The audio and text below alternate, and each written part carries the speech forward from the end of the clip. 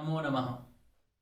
भारतस्य प्रतिष्ठे द्वे संस्कृतं संस्कृतिस्तथा।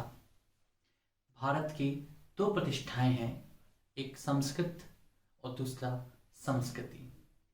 हम निश्चित रूप से जानते हैं कि संस्कृत भाषा एक ऐसी भाषा है जो कि न केवल भारत की अपितु संपूर्ण विश्व के लिए एक प्रतिष्ठा का कारण है।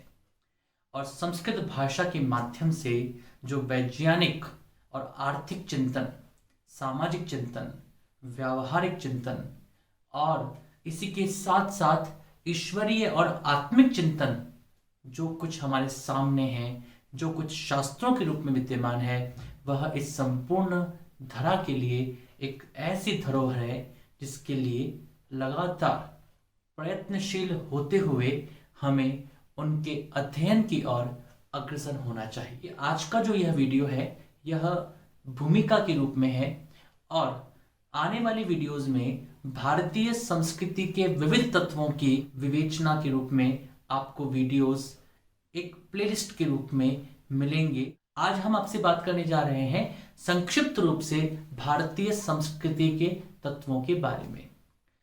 आप सभी के लिए यह विषय और यह बिंदु बहुत महत्वपूर्ण है क्योंकि यह विषय, यह बिंदु और भारतीय संस्कृति के तत्व के रूप में, चाहे वह यूजी का विद्यार्थी अर्थात बीए का विद्यार्थी हो या एमए का विद्यार्थी हो, संस्कृत का विद्यार्थी हो अथवा समाजशास्त्र अथवा राजनीति शास्त्र का विद्यार्थी हो, उन सभी को भारतीय संस्कृति के तत्वों के बारे में जानने की आवश्यकता होती है।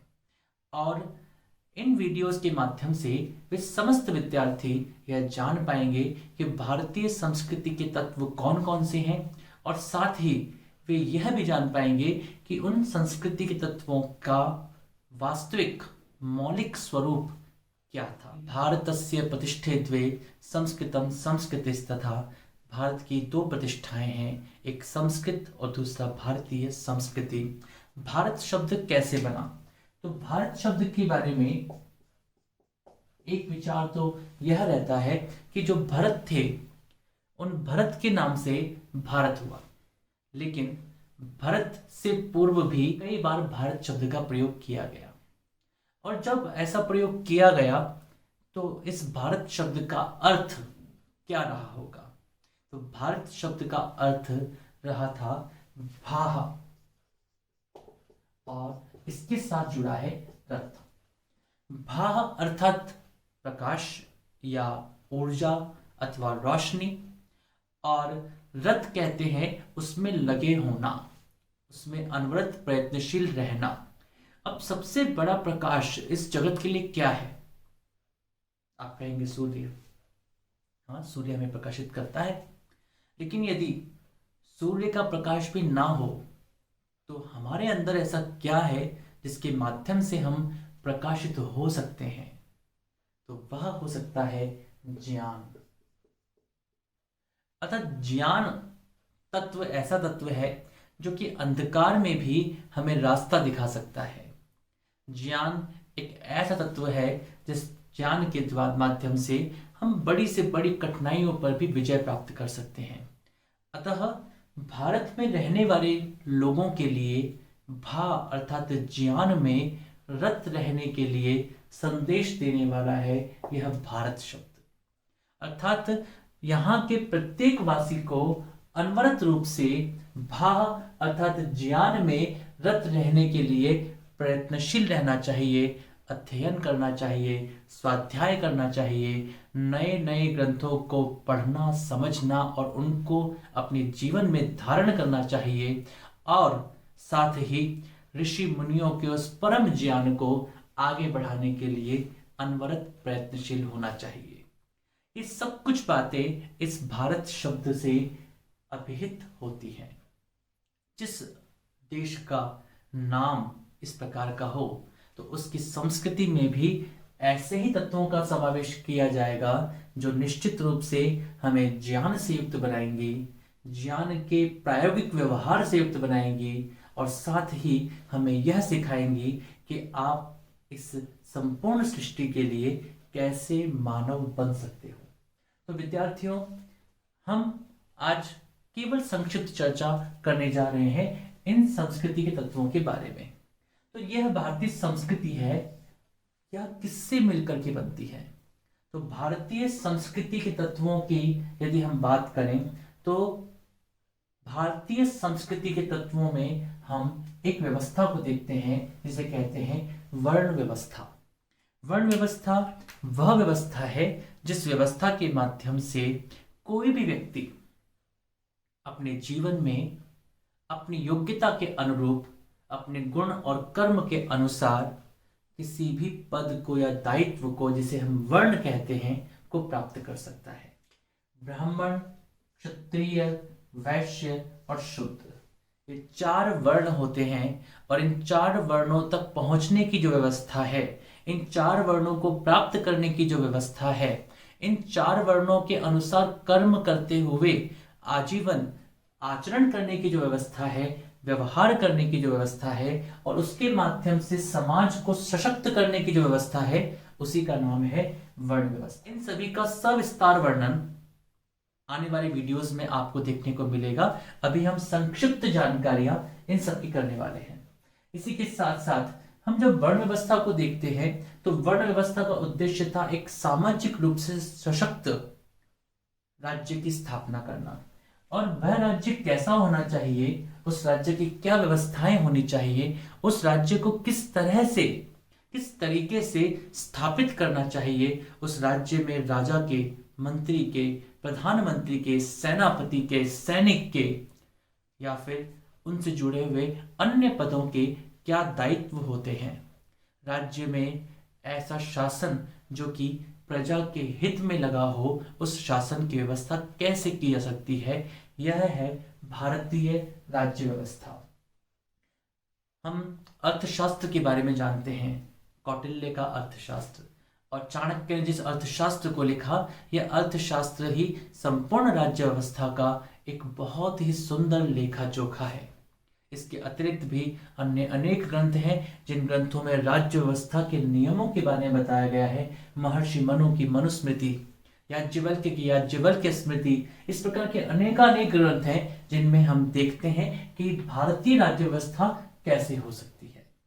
इसी के साथ साथ वर्ण व्यवस्था, राज्य व्यवस्था के पश्चात आते हैं पंच महायज्ञ। और पंच महायज्ञ कौन कौन से होते हैं? तो पंच महायज्ञों के लिए मनुस्मृति में कहा गया है अध्यापनम ब्रह्मयज्ञ, पितृयज्ञस्तु तर्पणम, होमो दैवो बलिर्भूतो नृयज्ञोतिथि भोजनम।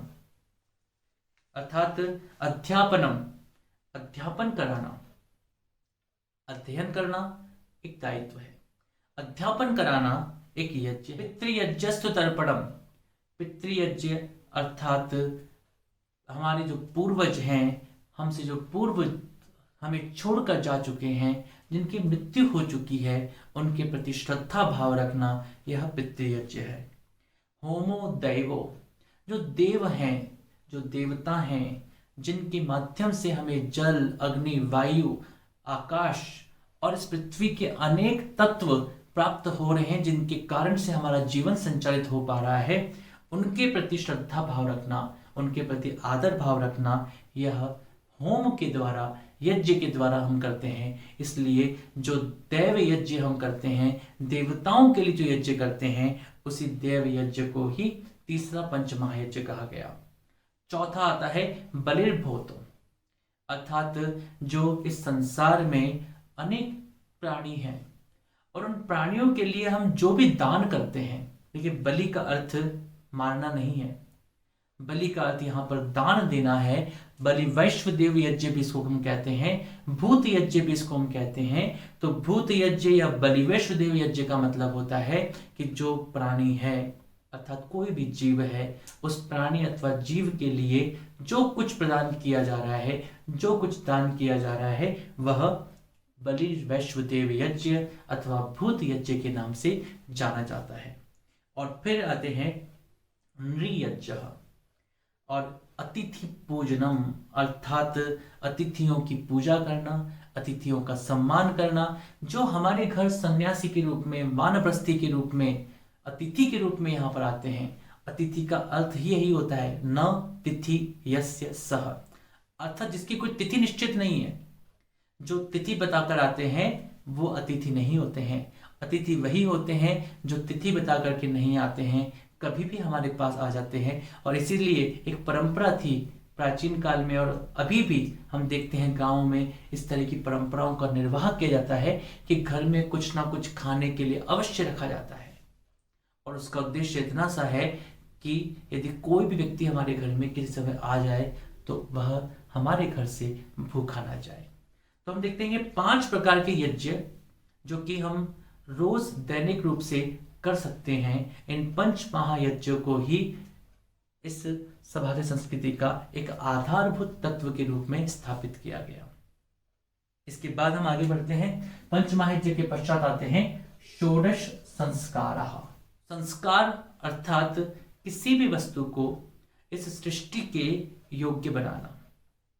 बच्चा जन्म लेता है, लेकिन बच्चा जन्म लेने के पश्चात वह एक श्रेष्ठ मानव बने, एक ऐसा मानव बने जो कि इस सृष्टि की आवश्यकता को, इस पृथ्वी के दायित्वों को, इस सृष्टि में होने वाले क्रियाकलापों को ठीक से समझ सके और उसे अपने जीवन में धारण कर सके।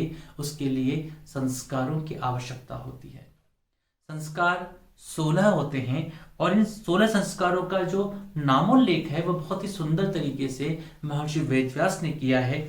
महर्षि वेदव्यास कहते हैं, गर्भाधानम पुंसवनम सीमंतो जात कर्मच नाम क्रिया निष्क्रमणो अन्नप्राशनम वपन क्रिया कर्णवेदो व्रतादेशो वेदारंभ क्रियाविधि त्रैताग्नि संग्रहश्चैव संस्कारः षोडशास्मृतः। गर्भाधान से आगे बढ़ते हुए अपने 16 संस्कारों के माध्यम से जीवन को धारण करने का प्रयास जो किया जाता है वह षोडश संस्कार के माध्यम से ही संभव हो पाता है।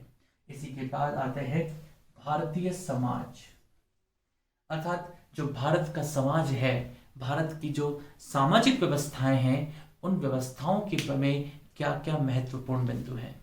समाज ऐसे ही नहीं बनता। समाज शब्द की यदि हम व्युत्पत्ति देखते हैं तो सम में आज इसका प्रयोग किया गया है, और यदि हम इसे समझ ऐसा कर लेते हैं तो सम में अज।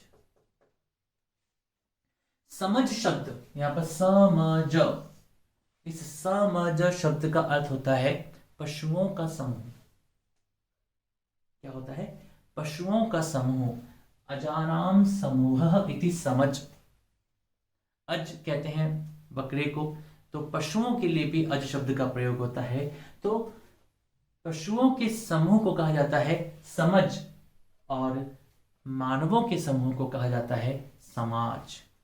हम समझ ना बने अपितु समाज बन करके रहें, मनुष्य के दायित्वों और मनुष्य के अधिकारों और मनुष्य के कर्तव्यों को समझते हुए आगे बढ़े, तभी जाकर के हम वास्तविकता में समाज का निर्माण कर पाते हैं।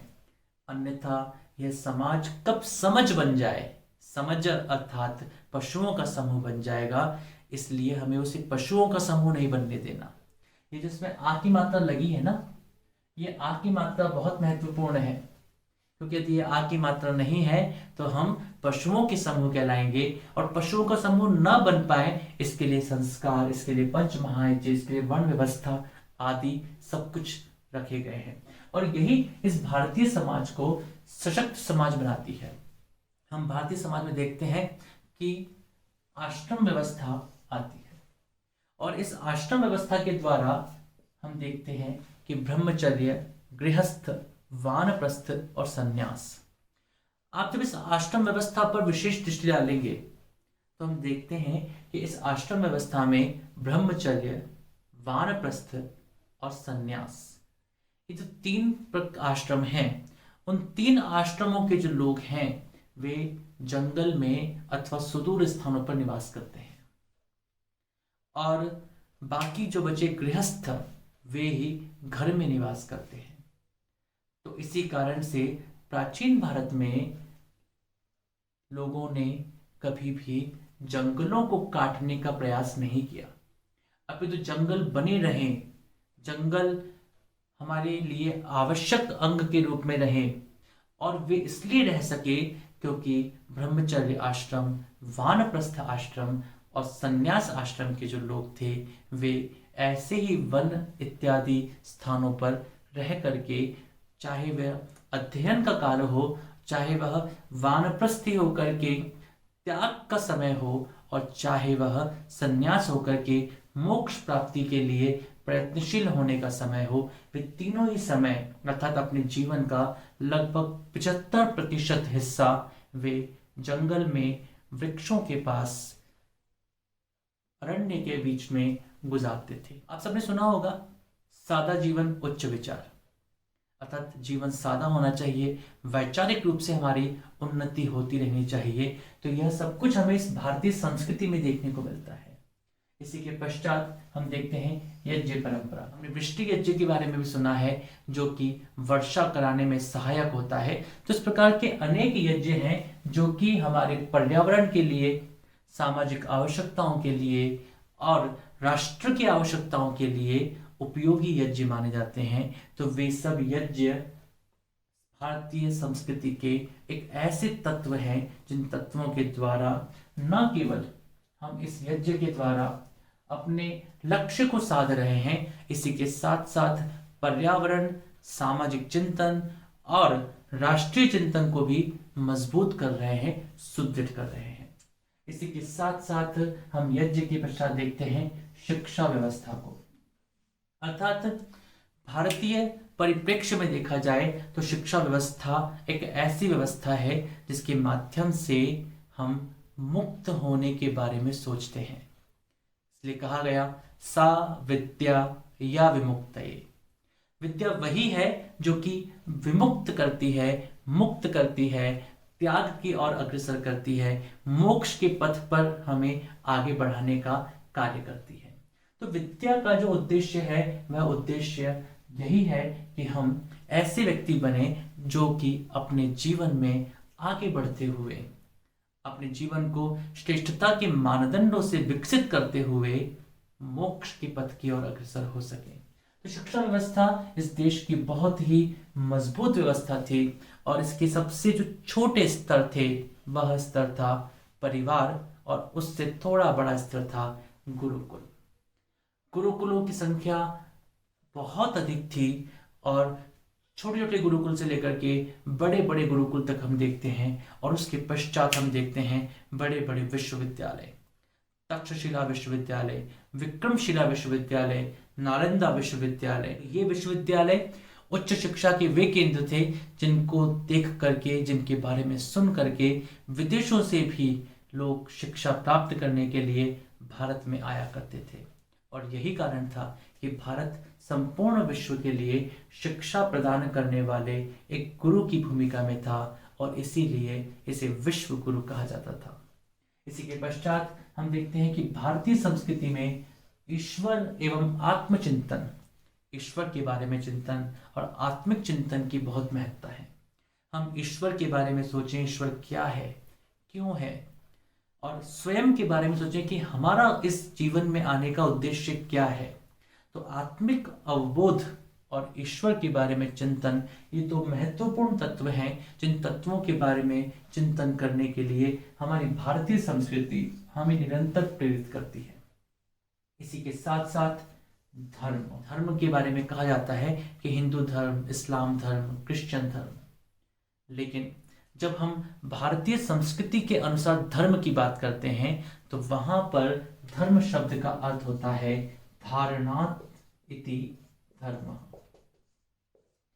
यत् संधार्यते, जिसको धारण किया जा सकता है, जो धारण करने योग्य है, जिसको हमें अपने जीवन में व्यवहारित करना चाहिए, जो करणीय है, वे सब कुछ धर्म है।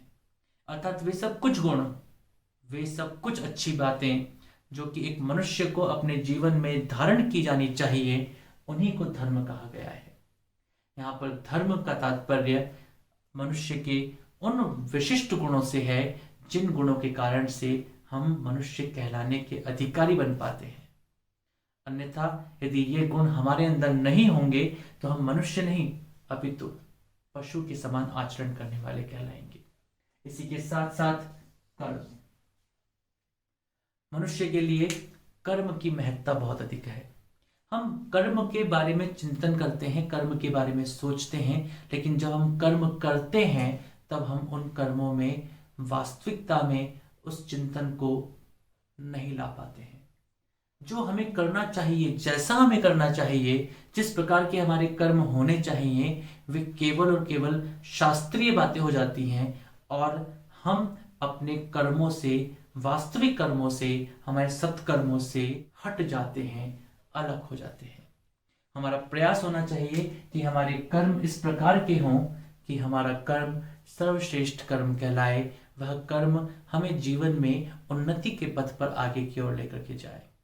इसीलिए निष्काम कर्म की बात की गई और सकाम कर्म को निकृष्ट कोटि का कर्म कहा गया।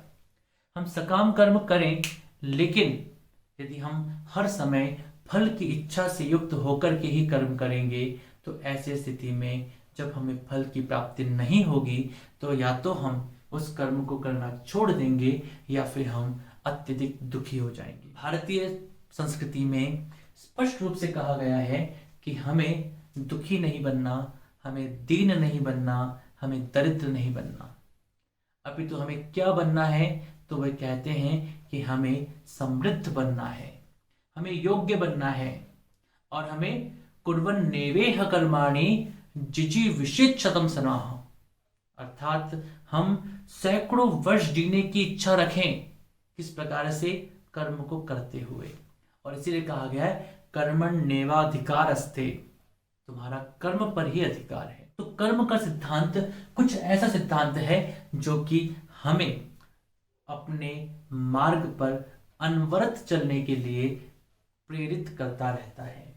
और इसी के साथ राष्ट्र चिंतन और वसुधैव कुटुंबकम का भाव, यह भी भारतीय संस्कृति का एक ऐसा विशिष्ट तत्व है जिस तत्व के माध्यम से हम ये देखते हैं कि हम न केवल राष्ट्र के बारे में सोचते हैं अपितु इस संपूर्ण धरा के बारे में सोचते हैं। इस संपूर्ण धरा को, इस पूरी पृथ्वी को, इस पूरी वसुधा को कुटुंब के समान, अपने परिवार के समान मानते हैं।